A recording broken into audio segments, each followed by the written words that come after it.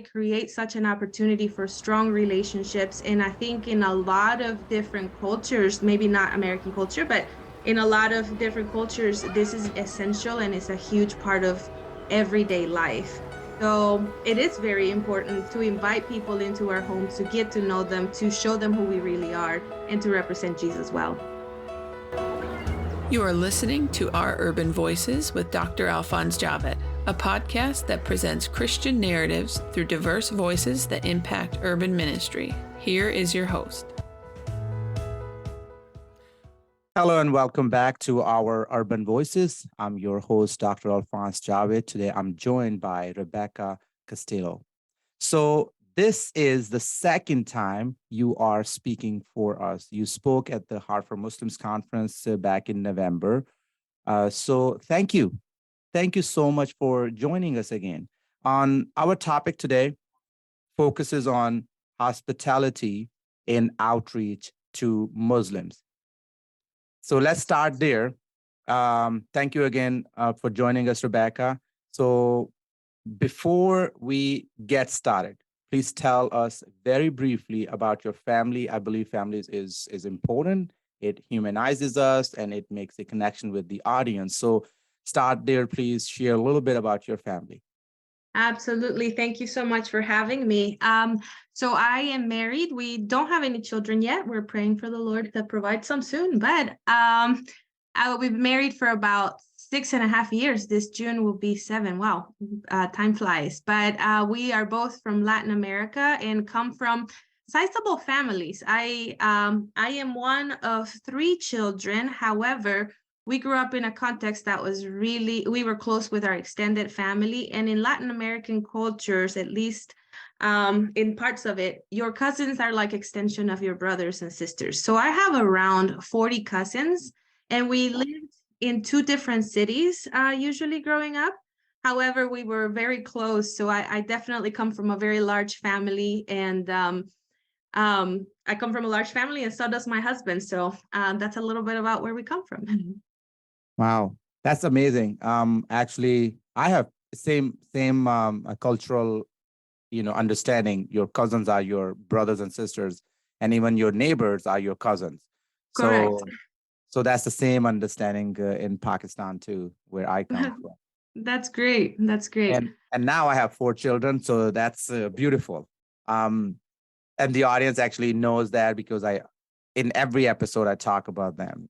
Let's start with a few simple questions. Number one is, and I understand why hosting others matter, or caring for others, because we are coming from those cultures. But in American culture, it is still a foreign idea. So let's start there. Why does hosting matter? What does hospitality and entertaining mean so much? Absolutely. Well, I'm going to start from a little bit of a biblical reason why, to me, I think it's so important. Hospitality is so important. And honestly, I'm going to go right to the beginning in Genesis. So what is God doing? We oftentimes, when we look at the creation story, we read it from the perspective of God as creator, and we're in awe of his power. But when we look at it from a relational perspective, what is God doing? God is creating a space for then humans who he create, for us to dwell in. And it's not a simple place. It's a pretty complex. It took 6 days to create it all. But I think it's really a neat opportunity, a neat thing to look at when we're looking at the creation narrative of God creating a space for us. So God is setting that as the first example. And I think he created us. He hosted us in the world we live in. And so God is our first example of hospitality. And so he created us in his image. So if God is hospitable, then I think by nature, in humans, we have this need, that God gave us for communing with one another, for hospitality, for creating space to be with one another. And so on a little bit more of a practical level, hospitality, the home, I don't usually just refer to hospitality as in the home setting. really, I think of hospitality as creating and having a space to be present with others. And so sometimes that is in the home, and the home is the perfect setting for it, but sometimes it's in a coffee shop, sometimes is at a park. It can be in a lot of different places, but it really is a place where we can be present with someone else and have the opportunity to know each other, to build relationship in a deep and personal way. And in order to relate with our neighbor, with anyone, that is super important. But on the hospitality in the more traditional sense and entertaining, sharing your home is sharing your life. It's kind of, if we look at it, it's a vulnerable place. You're inviting people to look at your home, to look at everything about how you live. But it creates such an opportunity for strong relationships. And I think in a lot of different cultures, maybe not American culture, but in a lot of different cultures, this is essential and it's a huge part of everyday life. So it is very important to invite people into our homes, to get to know them, to show them who we really are, and to represent Jesus well. Amen. Amen. There is a big emphasis on hospitality in Latin culture. So, what was it like for you adjusting to living in America and realizing that Americans often don't put the same importance on hospitality? Well, I think it was, that's a great question. In Latin America, again, hospitality is very fluid. In a sense, it's very organic and, it's part of life. So you get invited to people's houses, you go to their houses, but at the same time, it's very natural and everyday. It is expected that you have an open invitation to your neighbors, your families, your friends' house, and they have an open invitation to yours. So I think the biggest transition for me was understanding that there are more limits. Here is not that hospitality is not necessarily important, but I think space is important. And so you don't just barge into someone's house unexpected. You plan the times to get together a lot more. So that was really hard. I remember showing up at people's houses and really catching people by surprise. And I mean, I laugh about it now, but it was a little awkward at the time. But it was a huge transition because not having that option to just drop in on someone, I think it made me feel perhaps like not like I was 100% welcome. And it's all about perspective. That wasn't necessarily what they were trying to show. But because of the cultural differences, it was easy to feel lonely, knowing that I couldn't just drop in somebody's house. So yeah, I think that was one of the biggest differences. And then having that understanding and realizing that hospitality is important, it just has different rules, was really helpful. Yeah, I like the idea that it has different rules, and that's so true. And it for me, it's the same thing as your culture, but in America, my wife has American culture, so she's American, and I'm immigrant. So we always have to manage that. I have to give room to her and her cultural understanding of everything, and then she has to give room to allow me to exercise my cultural understandings, and we both, I think, we're managing really well. But the idea, there's a different rule in each culture, what it means to be host. When we're trying to host somebody, there's a different rule. Based on your experience, how do you think the typical American attitude toward hospitality could impact how immigrant communities perceive the gospel? Well, as I shared before, I think in general and in many conversations with immigrant communities, oftentimes it takes a long time before they feel welcome. Again, because the rules are different, because what their expectations of hospitality looks like is different. I have a friend, a Middle Eastern friend, who said that when they moved to the US, they brought a lot of gifts, a lot of little gifts, because the expectation is when you get invited into someone's home, you bring a little gift. So they brought a lot of different things. And it took them about a year before they were even invited to an American's home. And so it took that long for them to even give out the first gift. And that was really hard for them. It brought a lot of feelings of loneliness and whatnot. And so at the same time, how does it impact their ability to perceive the gospel? I mean, in a lot of the foreign cultures, you are not really able to get into deeper conversations about the gospel or about who you are and how God impacts your life until you've built a strong relationship. So, and a lot of that happens in hospitality. A lot of time that happens in time spent with one another. So I think the attitude is, if we're not hospitable, then oftentimes we're not able to really get to that point of having an opportunity to share. So if all we're doing is meeting a person and sharing right away without that time to build a relationship, and to, see them as humans, image bearers of God, sometimes it might be easier for them to reject the message if it doesn't come with that relationship building. Wow. You come from a Venezuelan background, correct? That's correct. I'd like to hear from you about any similarities and differences between Hispanic hospitality versus other traditional cultures. You just mentioned Middle Eastern, right? So like Middle Eastern, African, or Asian cultures where many Muslims come from. What's been your experience? Well, I will tell you an anecdote about the first time I went to the Middle East. And of course, I did not know the language. I went for some language learning, and we hadn't been there very long. We were actually staying with a local family who didn't speak English for language learning. And that weekend, on Saturday or Sunday, they said, okay, today is the weekend, so it's time to go to visit family. And so we got ready and we headed over to visit their family.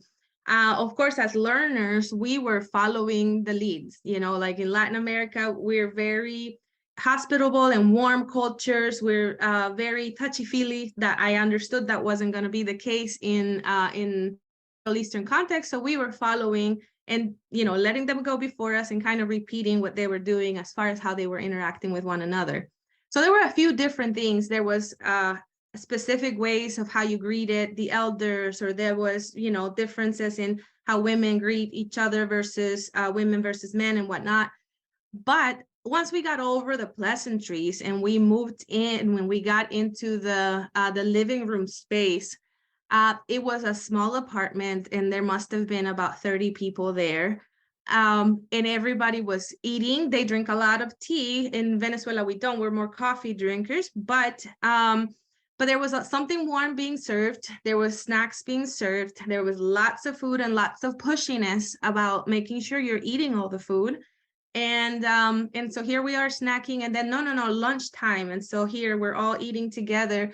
But what caught my attention was the levels of how loud the room was, how everybody was talking with one another and interrupting one another in their conversation. And we didn't understand. This was barely our first weekend there. So we didn't understand much at all.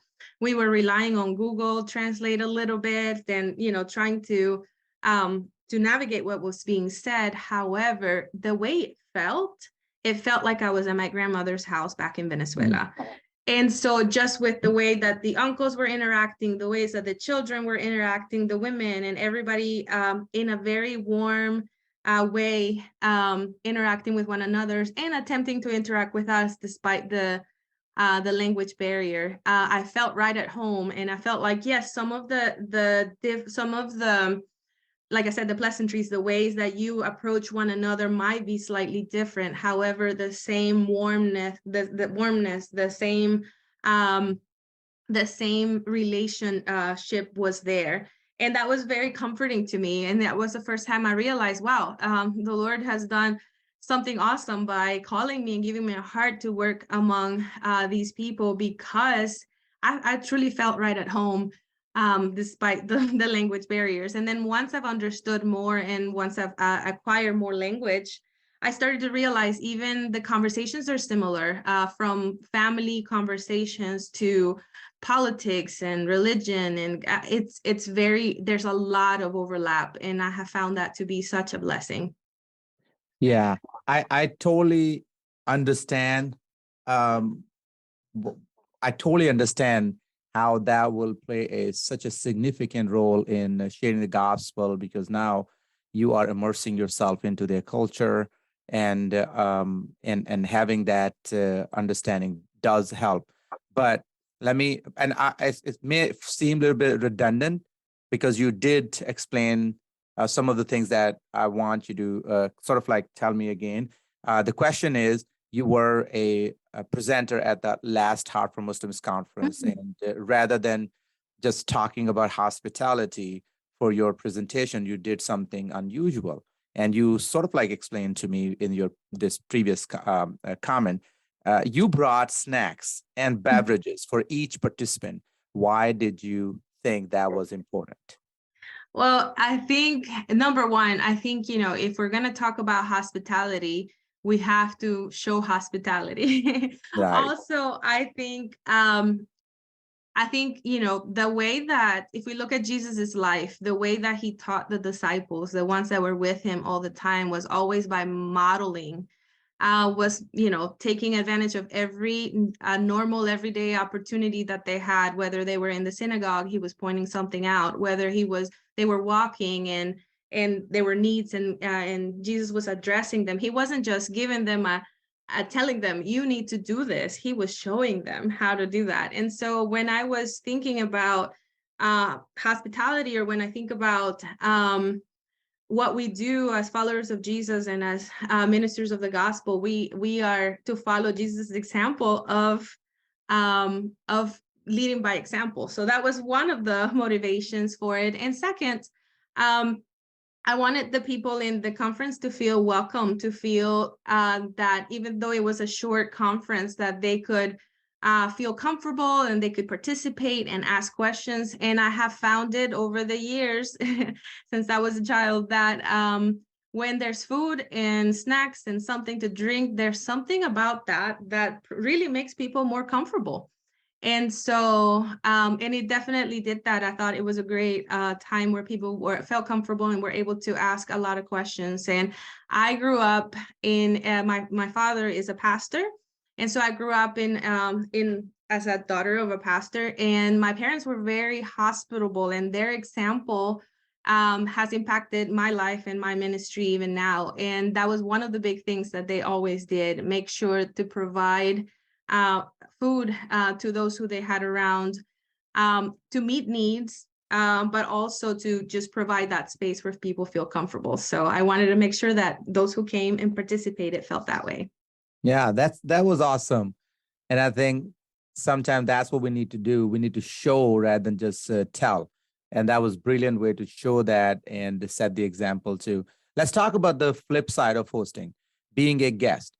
How can American Christian be good guests when they may be in a home with a very different culture than their own? Okay, I love this question. They number one thing is to be an observant, be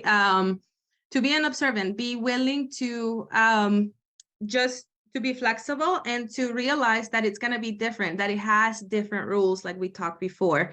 I think oftentimes the expectation is, we are, as foreigners, we're being hosted in the American culture, and a lot of times the expectation is we're the ones that come, so we need to understand the American culture, and that's legitimate, 100%. However, American Christians who want to host and be a guest, I think it's always important to learn a little bit about the culture that they're going to be a guest to, but also to just go with open eyes, wide open, absolutely, to watch what they're doing and what's happening. And I talked a little bit about this whenever I was at the conference, and I think it's important to share again. I think it's really fascinating that in the Bible, when we hear about hospitality, it just says briefly, be hospitable. don't neglect showing hospitality, and that's the language that is used. However, if we really look into more details, what's happening in Luke 10, when Jesus is sending out the disciples 2 by 2s to minister to people, he's kind of giving them a pretty detailed list of instructions of how to be a guest, right? And how to, yeah, like he's saying, go find a person of peace, sit with them, stay there, don't go house to house. There's a lot of very specific instructions that is being given. And so it really caught my attention as to why Jesus would give instruction as to how to receive and accept hospitality. And one of the things that it says, be intentional. You have a purpose that you're going. Eat and drink what's provided. It's invest the time and do God's work to proclaim the kingdom. And I think oftentimes we're thinking, I want to be the one that's hospitable. I want to be the one that's serving. But there's so much honor that we're able to give to people whenever they are being the ones that are pouring their hospitality. And this is very important to people from Middle Eastern cultures, African cultures, Latin American cultures, to be given the opportunity to host and for that hospitality to be well received. So it is important during that time, again, to observe, to be willing to try different things, to put yourself in a place that might be uncomfortable, out of your comfort zone, but definitely to have to ask the Lord to give us open eyes and open hearts to the different ways of living. And as I think, in my experience, the best opportunities to share the gospel, to represent Jesus well, to proclaim his word, has been while being hosted, more than even when I host, because when I host, I'm worried, I'm paying attention to the food and is everybody okay, and all these things are important and are great, but it takes a little bit away from the time of being with the people sometimes. But when I'm a guest, I'm letting them honor me, or letting me showing honor in that way, and having the opportunity to sit and listen to their story and share about what the Lord has done in my life and share about Jesus. That's really cool. So let me ask you about Ramadan. We are about to enter into Ramadan. If you personally have been a guest at a Ramadan dinner, do you have any advice for our listeners who may be invited to one this spring? Absolutely. Actually, Ramadan is probably my most social month of the year here. So I have been invited to multiple, and I make it a point to attend as many as I have an opportunity to. So I think Ramadan presents an awesome opportunity to share the gospel. Those who are truly seeking to please God or whatnot, they have been fasting all day. They're doing so many different things in order to please God, to try to gain God's favor. And they're very curious about what you believe. If they're inviting you in their house, they're already spiritually ready, a little bit more than any other time of the year, because they're wanting to talk about and hear about spiritual things. So I would say make sure to say yes and boldly go. And every Ramadan dinner that I have attended has led to long gospel conversations. And it's been a great opportunity because oftentimes I haven't even initiated. They said the very different dinner. I mean,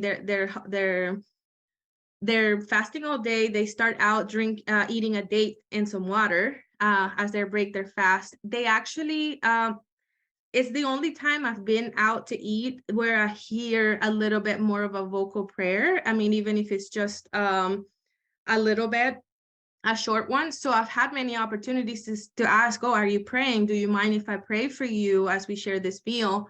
And it's provided a lot of natural opportunities to share the gospel. I would say go respectful, and it's also a great opportunity to learn about what Ramadan is, what it means to them, and to bridge that to gospel conversations. If you frequently invite Muslims into your home, are there any dietary restrictions or other accommodations you observe in your home to make them feel more comfortable? Absolutely. Yes. So my husband and I decided that since we are inviting Muslims to our home, we've decided that we do not cook pork in our home. We're actually, ever since we moved into this house, and even we've gone a little bit, I've gone as the one who cooks a little extra step for some, and this was by getting some experience from some that are more religious and follow the instructions even more. I even have one specific pot or skillet that I use to cook halal meals for those who are more restrictive even. But yes, so specifically no pork, no alcohol, nothing that would make in their eyes this table unclean for them to eat. We've removed it from our house, and not everyone has those expectations, and also not everyone adheres to all the rules the same way. But we've decided to kind of go a little bit extreme so that anyone can feel welcome and feel free to eat in our home. Man, that's intentionality. And I think when you tell, in my experience, anytime I'm hosting a Muslim person and I tell them it's all halal, they do appreciate. They may not ask, but they are uncomfortable and they don't want to ask. But when you do tell them, it makes huge difference. And then added bonus will be like, and we have separate parts and pan to cook this. That's even more. I never thought going that far, but that's brilliant.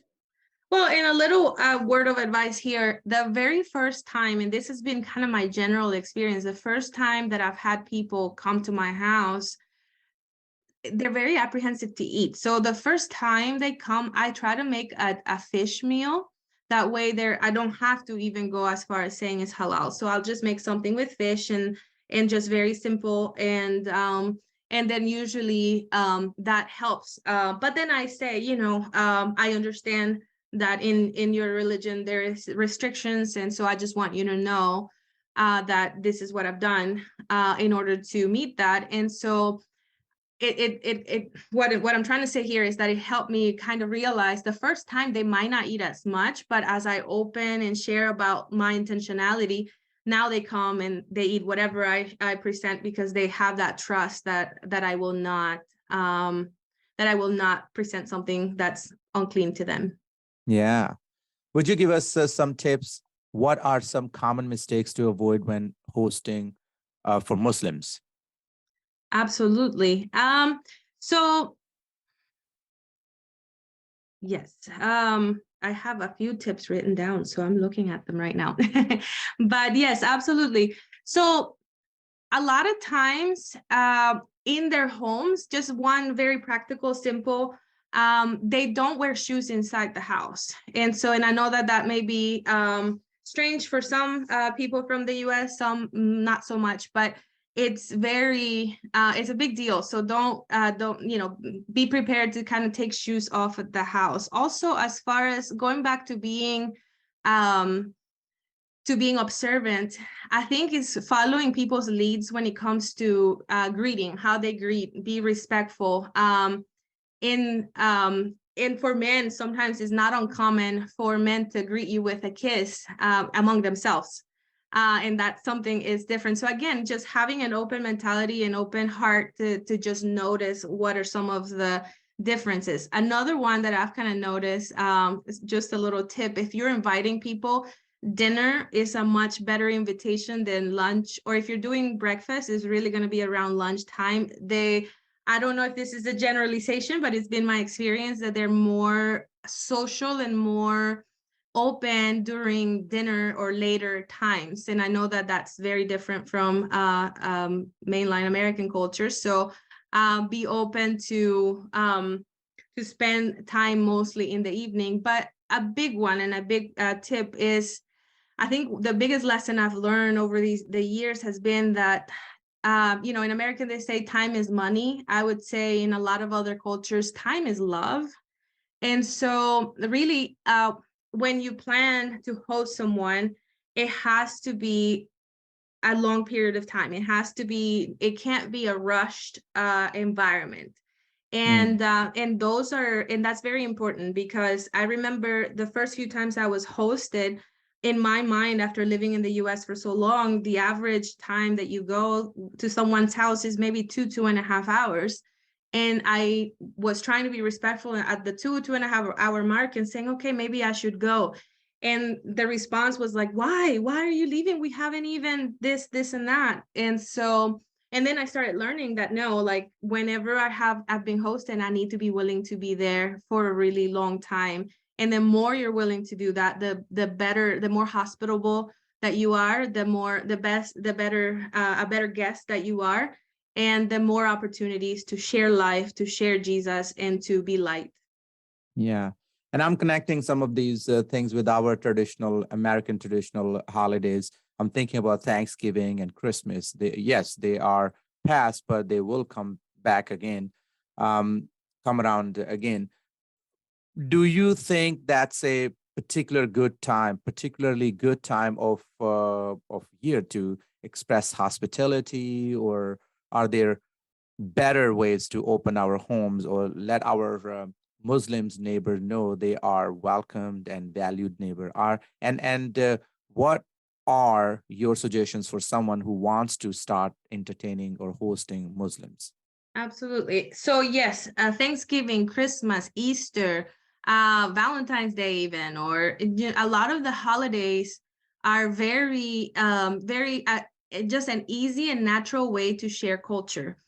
And so on a practical level, it's going to be there just out of curiosity. If they haven't experienced a Thanksgiving or a Christmas in someone, just out of curiosity, they might say, hey, yeah, why not? Also, in the same way that they're willing and open to sharing Ramadan meals with you, they want it they kind of creates that expectation. A lot of times these are transactional cultures in when it comes to hosting. It is a lot about I host you, you host me. And sometimes there's even a little bit of like, well, it was my turn last time, so now it's your turn. And so I'm waiting on you to invite me. And so when it comes to holidays, it's similar. For those of my friends who have invited me for Ramadan, they've hinted even at me at saying, oh, what are you doing for Thanksgiving? Will you be in town? And I had one friend who invited herself very much directly, because they are curious and interested in learning about the culture and about you as their friend.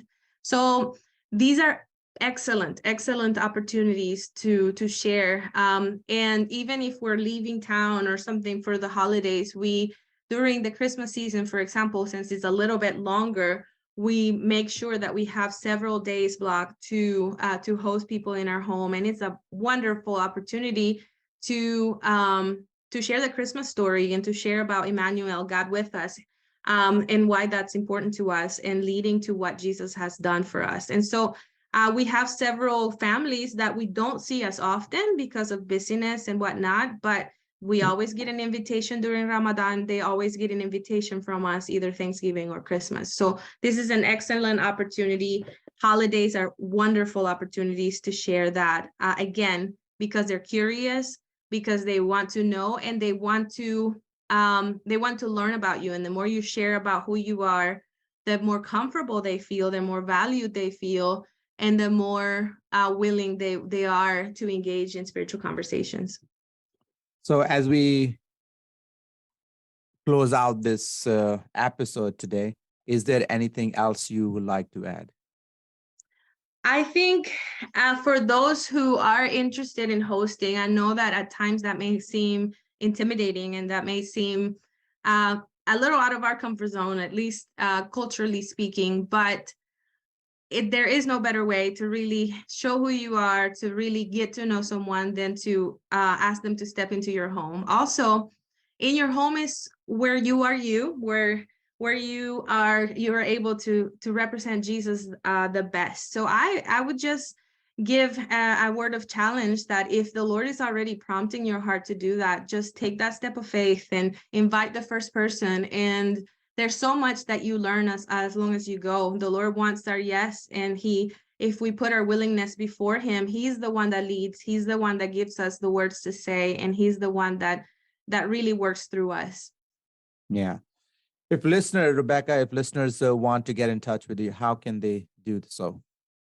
Well, I think the best way would be to contact Heart for Muslims, and then they can pass the information along to me. I would love to be in contact with you to help in any way that I can as you step out and host people. That's excellent. So here what we're gonna do now. We had a beautiful, wonderful conversation. Some of these topics tend to be heavy topics. I would like to close. I always ask my guests to do this. So I would like to close this podcast, this episode, with a joke. So tell us a joke. Okay, well, I'm gonna give you a hospitality joke, okay? Okay. This joke is from my father. I will paraphrase by saying that. And this is, I think in Latin America, you have the art of repeating the same jokes over and over again, and somehow they're still funny. So hopefully this will be well received. But he always tells a story when we're about to eat and about to start praying, that there was one time this man who was in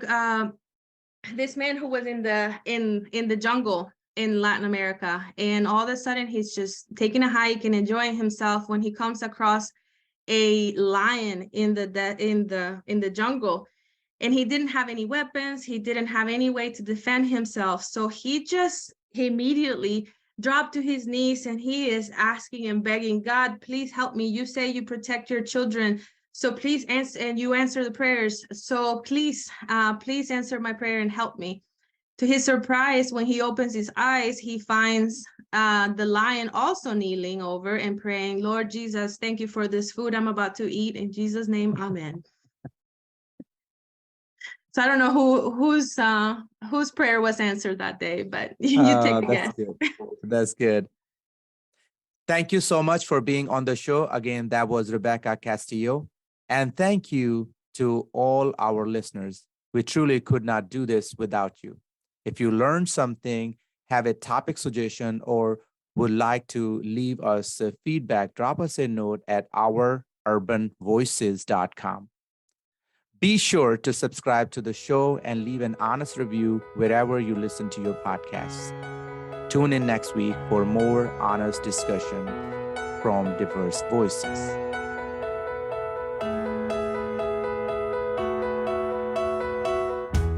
You've been listening to Our Urban Voices with Dr. Alphonse Javed, which presents Christian narratives through diverse voices that impact urban ministry. Please check back for new episodes every week.